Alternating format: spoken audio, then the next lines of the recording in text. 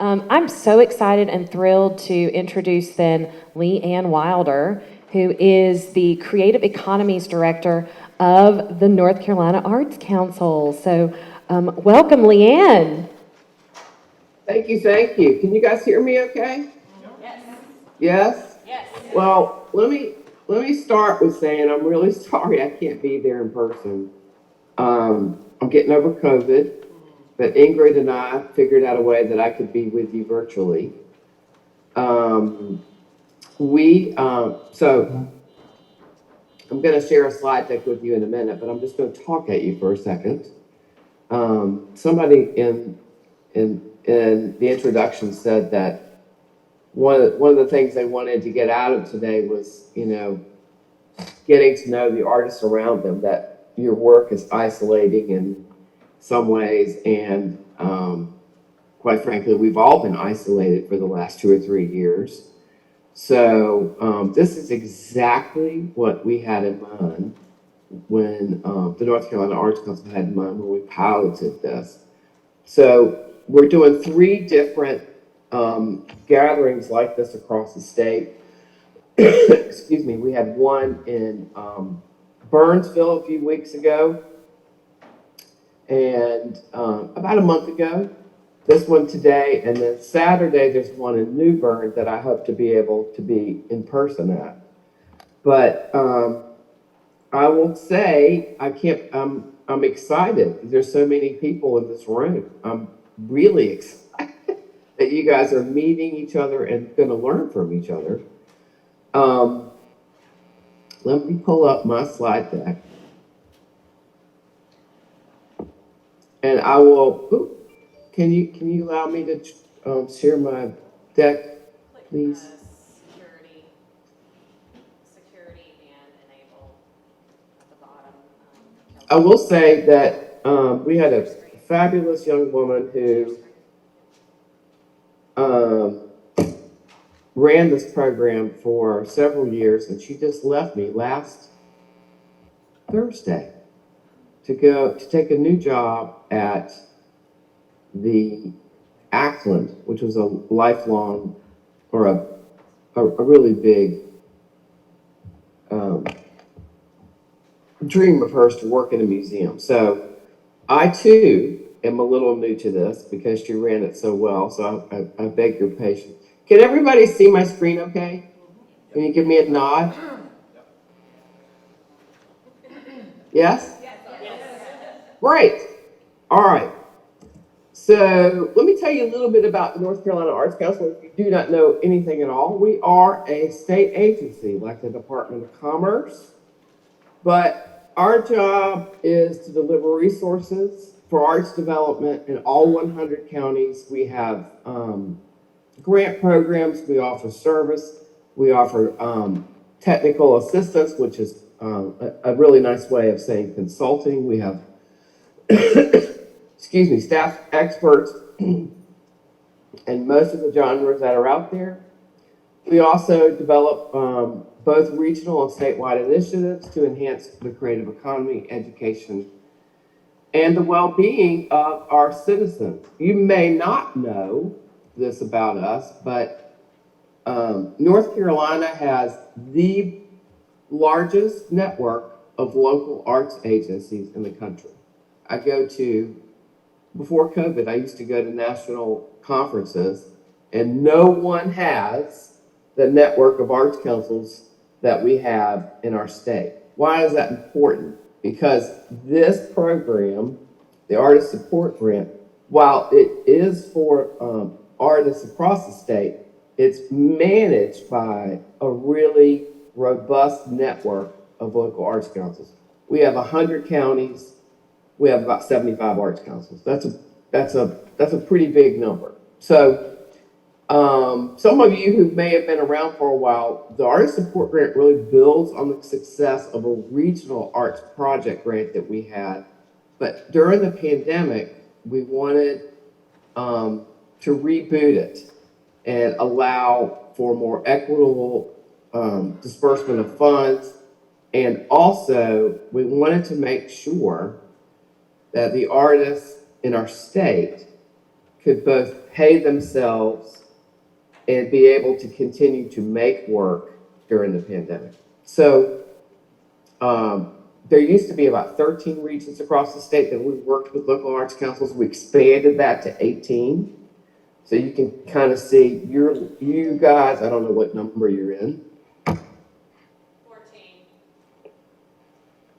You're number 14. But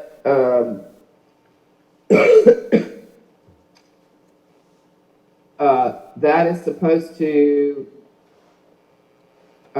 so part of the expansion of the regions was to help arts councils be more connected with the artists in their region.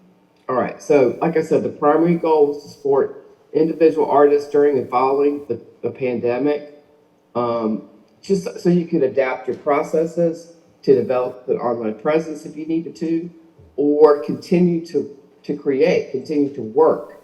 And the biggest change was we allowed a percentage of the grant fee to pay you. So you could pay your rent, you could buy supplies, you could do whatever you needed to with that grant. Beyond the grant, as I said, with the regions, we're really hoping, and so far we've been successful, to connect artists with the arts councils in their region. Our arts councils are always looking for artists to support, to work with. This convening is one of 3 that we're piloting to really try to connect you guys to each other, and we're open to ideas about how we do that. Expanding the number of BIPOC artists, applications, and awards, really making sure that this grant is equitable in its recipients. And then promoting the attendees and the breadth of artists, the awardees, and the breadth of artists that we have in all 100 counties of our state. So in the first year that we reworked everything, our applications increased by 87%.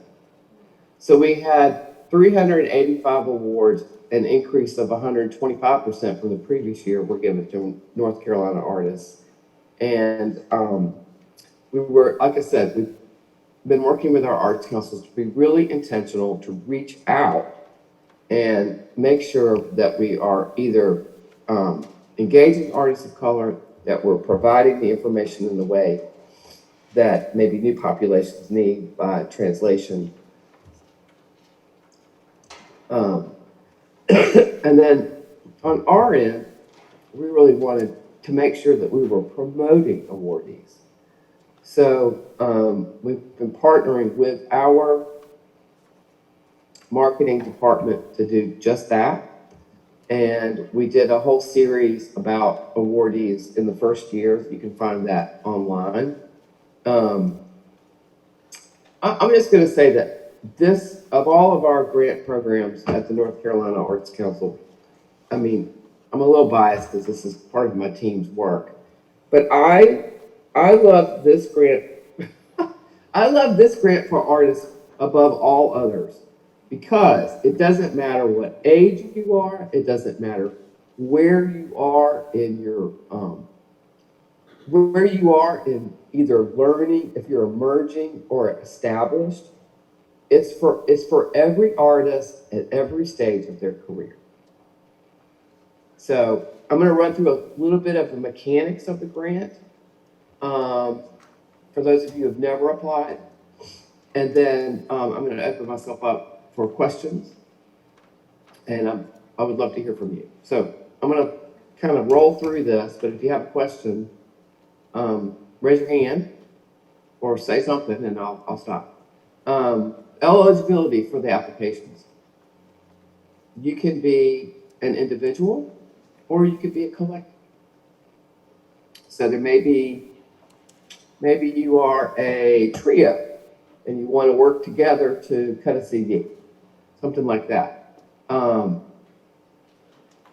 Residency, you have to have lived in the region where you're applying continuously for at least a year prior to the application. And then if you're a collective, everybody in the collective needs to live in the region for a year prior.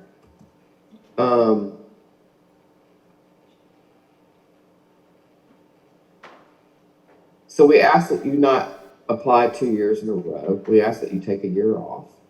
And board staff members participating arts organizations or family members are not eligible to apply. So what the grant will fund?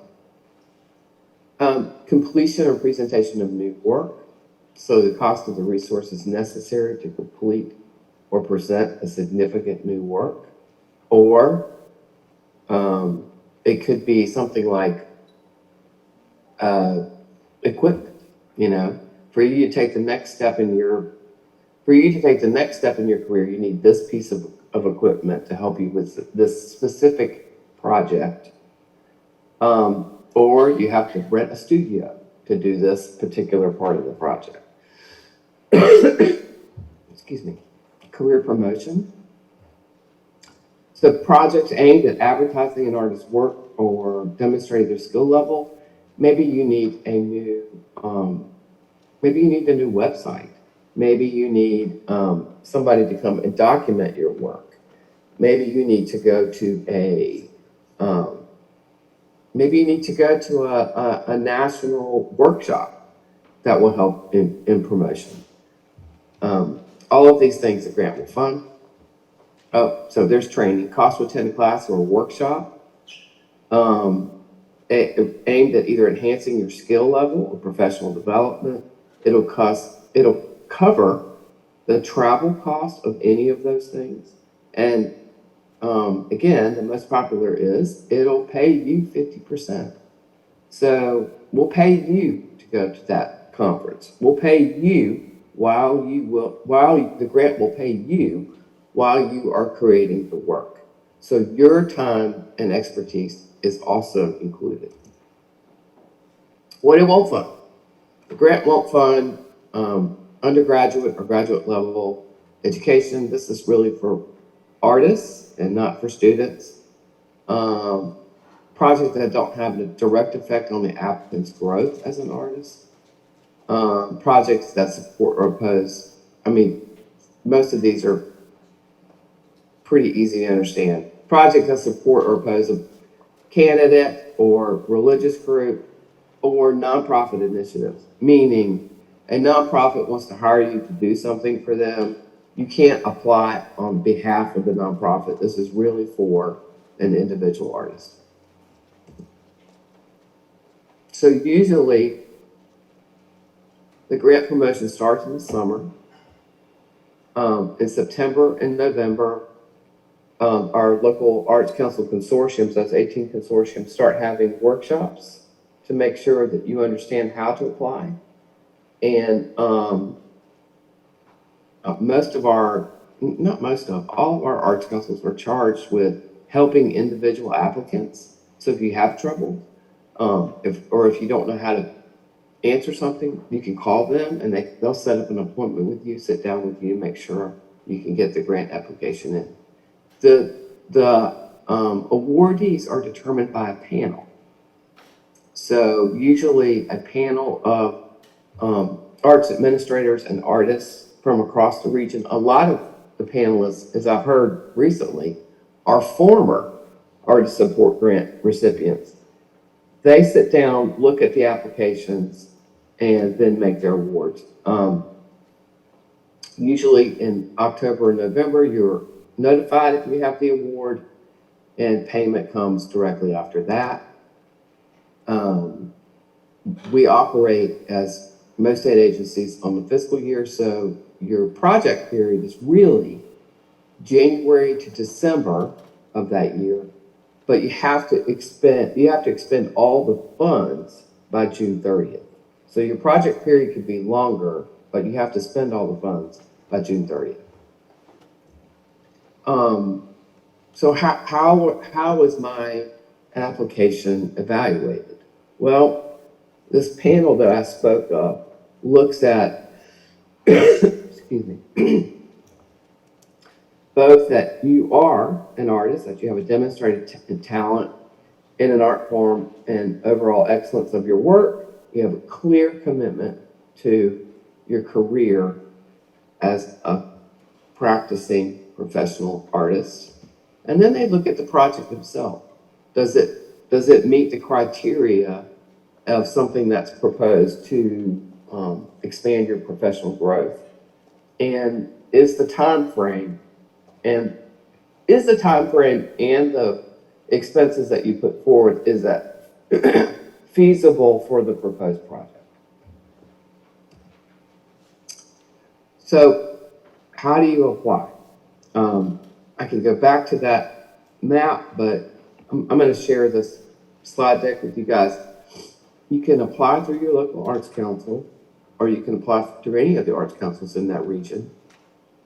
We always post it on our website, which is ncarts.org.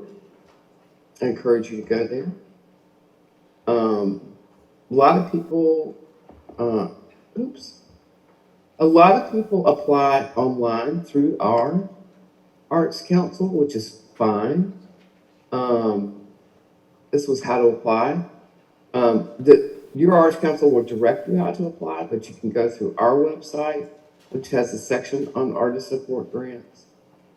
I'm going to share this with you. So there's several links about, number one, understanding the grant. Number two, frequently asked questions. And number three, you can see some of the work that we've done to promote artists across the state. And then you can always contact me at my email address, or usually I'm in my office. You can call my office as well. It's really easy to find me. I also wanted to show you really quickly on our website. If you are not, let's see if that's going to share. There we go. So on our website, we have a whole section for artists where it says opportunities. There's a drop down for artist opportunities. That's the page I'm on. So really, we keep listings of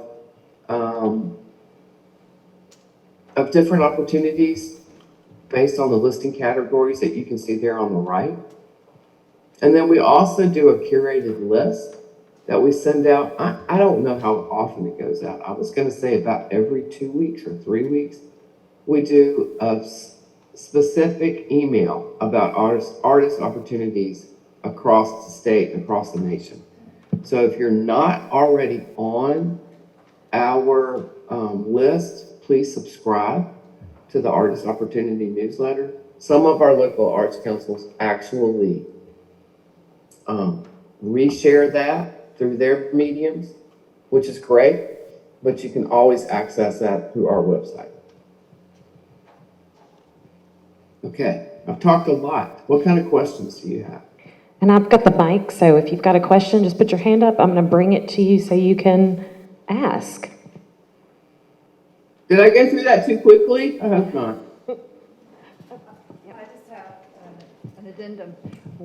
When you said that artists are not nonprofit organizations, so they shouldn't apply as an organization, one really important thing is if you are an artist and you set up with a nonprofit, then you could put in your proposal maybe a letter of support, or it would make your proposal even stronger, depending on what it is, but it's just another way to look at it. So as I heard you, I was thinking maybe some of the artists would think, oh, I shouldn't go to a nonprofit and talk to them about a project, but you could apply for yourself, but it could still be a collaborative effort.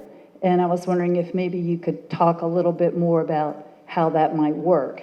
I just know that my husband's an artist, and when he has applied for funding, there's a question that says, so what are you going to do with this art?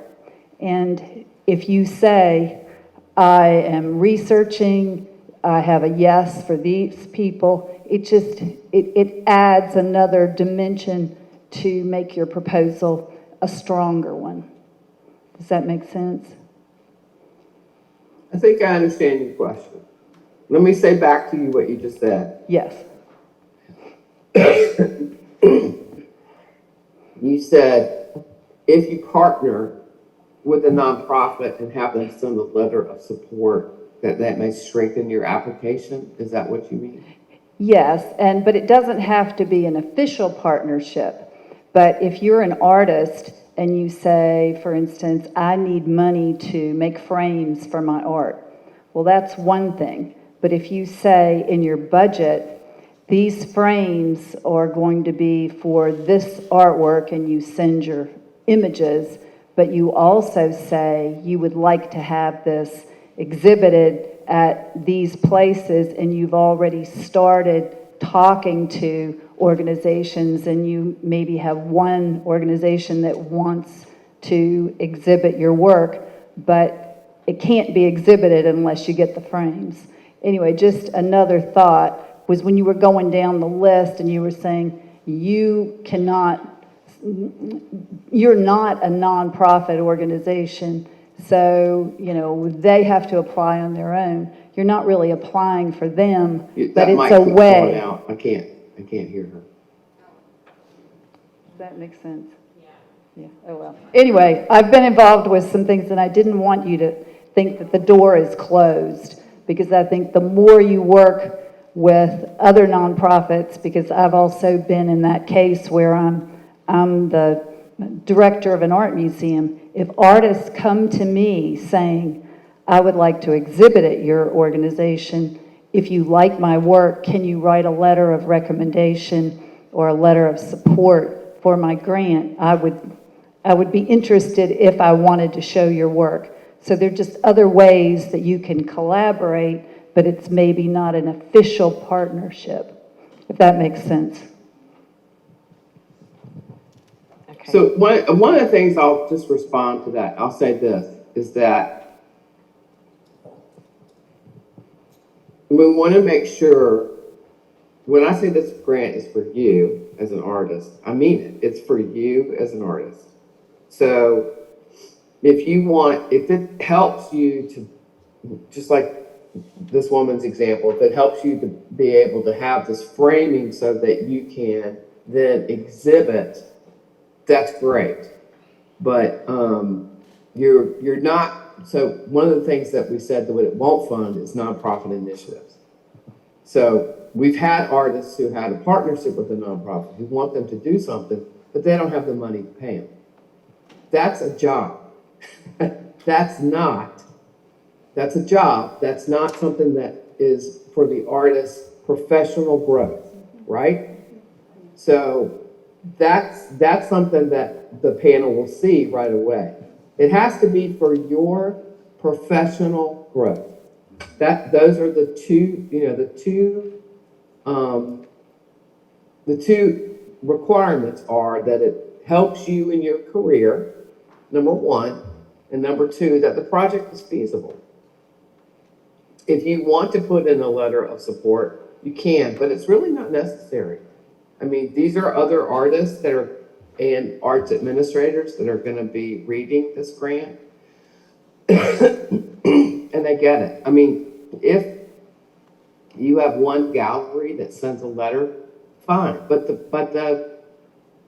I wouldn't spend any time doing that, because I think in the end, if you do the project that helps you be able to present your work in a new way, it could go to a lot of galleries.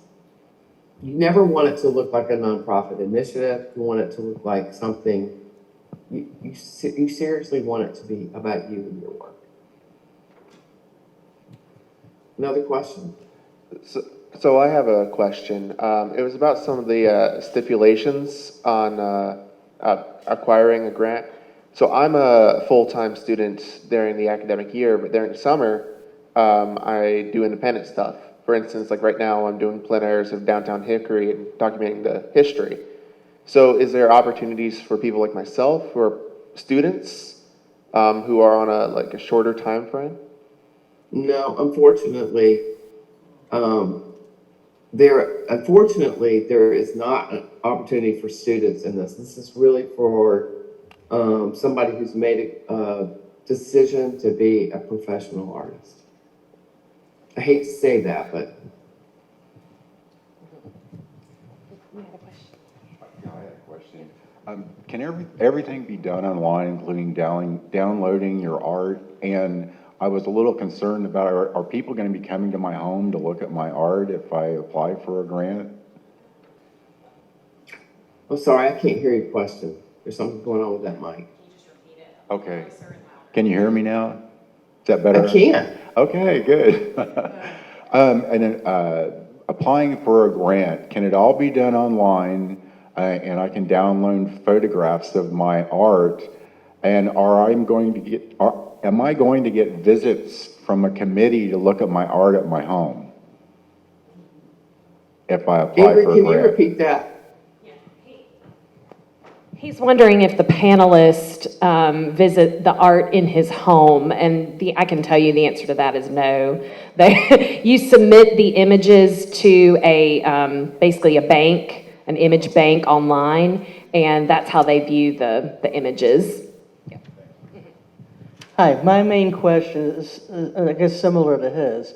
Once you have your project finished that you received your grant for, at that point, do we need to send images of the finished products? Or, is there any check to see if that project has been completed that you applied for the grant?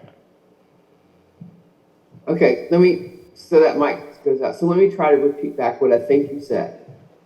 I think you said, once you apply for a project, you get a check, and then is there some sort of check-in afterwards that you've actually done what the money said? Correct, yes. Is that right? Yes. Okay, so actually, you just pointed out a ginormous flaw in my slide deck. Yes. Yes, so what happens is, once you apply, so let me just say this across the board. If you apply for a grant with us, you must do a final report that says, according to the stipulations of this grant, I did all that stuff. And now remember, the grant window is you get January 1st to December 31st. All we want to know is that, we want to know how it went. And we want to know that you spent the money by June 30th, because that's the state granting period. But we give artists until the 31st to complete their work. And if you don't complete your work by then, you can reach out to the granting agency. Like if Ingrid's the head for her consortium, you can reach out to Ingrid and say, look, I need 1 more month for some stuff to get back from the printer. And then, or for my website to be finished, and then I can load that and show you what I've done. So we'll work with you, but yes, we do look at that. We amass a list of artists that have received the artist support grant, and then we work on promoting that, not only we partner with your region because they do an announcement of who's received the grant. And then we take that list from all of the regions and try to put together a package and a series of things that we can do to promote artists across the state. So it's really important that we know what you have. This is a really long answer. Yes, you have to do a final report. Okay, thank you. Okay. I've got one more question for you. Regarding the grants, let's say that I wanted to find a studio space, but I also wanted to develop a website. Can you do both of those, or it just has to be specific to one item? You got me stumped there. I probably, why not ask for both? I mean, I don't know that you would get both with the money that is available, but So the grant is I- specific to what you want to do. Say, I wanted studio space, then that grant would be for that space and nothing else. Is that correct? you're asking if you wanted a studio space, but you need a website to promote the new studio space? Is that what you Right, said? right. I mean, Yeah, that makes sense to me. I mean, so you Yeah. sort of tie it into the whole Well, thing, I right? mean, in the end, most of these things, there's not like, there's components to everything, right? Right. If you want a new website, you have to hire a website developer or somebody who can do that for you, unless you can do that on your own. I think there's GoDaddy. So you've got their cost, you've got the cost of, Right. doing the website, and then, the grants are only so big. So it really So- has to be specific then. It can be one thing. It's not That's a what? It's very specific. The grant is, it can only be like one, challenge. I don't think that one project has just one step. You understand what I'm Right. saying? Yeah. So, but I think you can ask for a lot of things, but I think in the range of what the grants are up to, like maybe there's anywhere from 2,000 to 5,000. Right. I don't know what they are in your region. I don't know what the basic.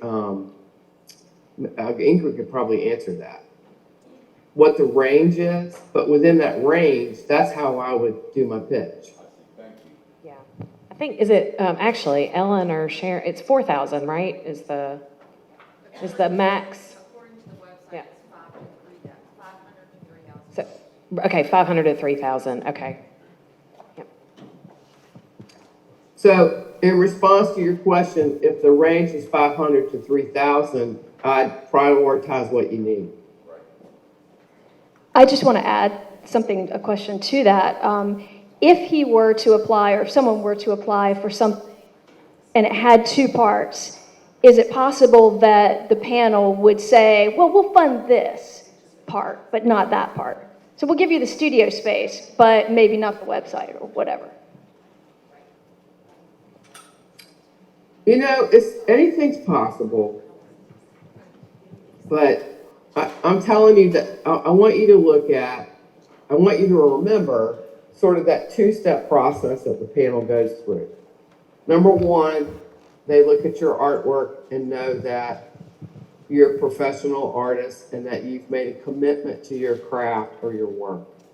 Number two, they look at the project proposal and see A, if it's feasible, and B, does it meet the mark of it increases your skill as an artist, or it helps you in presenting new, different work. So, in other grant categories, we might say, well, we can pay for this portion of it. If they can still do the project, that's fine. I'm not sure in the artist support grant, that's really possible. It's really up to you to decide what is it that you really want to go for, and does the project, make sure that the project passes the smell test for the panel. I hope that helps. Leanne, this is Ellen Ball. I'll just add something to that. When you apply for a grant, let's just say that you're going for the gusto, by golly, and your request is the entire $3,000. Well, this grant is highly competitive, and we had, about 40 applicants this past year. And with workshops like this, that's going to surely increase. But you are not always guaranteed of being funded at 100%. Those applications go to a panel of your peers per category, and they have an evaluation. It's a number evaluation, and what we do is they're plotted in number order, rank order. So the top tier are basically the people who get funded. So if you only get funded for 60% of your request, you have to be able to carry off the 40% and come up with that money yourself for that entire proposal, if you want to complete that whole thing. Now, if it's something like for equipment, you just adjust your budget and you don't purchase every item on your list. You only purchase, say, $1,500 worth of equipment. So you have to know that to be able to be flexible. So if you're cutting a CD, you have upfront costs that are set. So if you need $2,000 and you only get funded for $1,000, you need to come up with that other $1,000 to complete that project. Does that make sense to everybody? Thank you. Any other questions? And you're going to be able to talk to some more of these panelists, or excuse me, the presenters who have received these grants before today, and I'm sure they can help answer kind of how they went through their process. But any other questions for Leanne? Thank you, Leanne. Oh, there you are. It went on me. Hey, thank you all very much. I'm really sorry I couldn't be with you today, but I'm so pleased that so many of you have come to this gathering. And please share your thoughts with Ingrid about how, I'll just quickly say that my colleague Sydney had gone to the gathering in Burnsville, and she said, they had some professional development workshops and kind of presentations, but they could have, in that day, they could have just turned the chairs around and everybody would have been fine talking to each other. So we want to think about a way that we can just set up sometimes for networking, and maybe it's a meetup. If you have ideas, if you could share that with Ingrid, and then Ingrid can share that with us, because we'd love to do more to connect you guys more. I mean, I just find that artists inspire other artists. Artists talk to each other and say, oh, I got this, you should apply for that. That's exactly what we want to do across the state. So any ideas, share them with Ingrid, and thank you so much for sharing part of this day with me. I appreciate it. Thank you, Leanne. We hope you feel better Thank you, and Ingrid. heal up soon.